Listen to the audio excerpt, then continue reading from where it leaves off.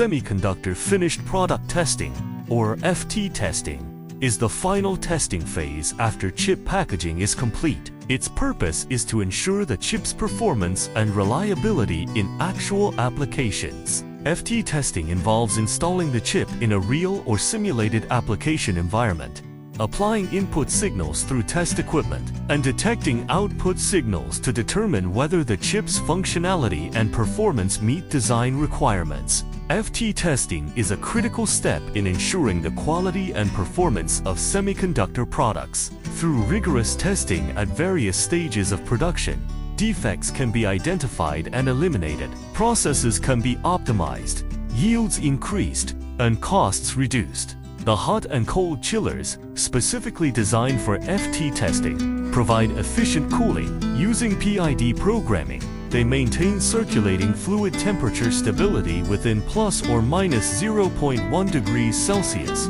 promoting reliable process operation. Users can set parameters such as temperature range and operating time based on their needs, and the system automatically adjusts operating conditions to ensure optimal operation.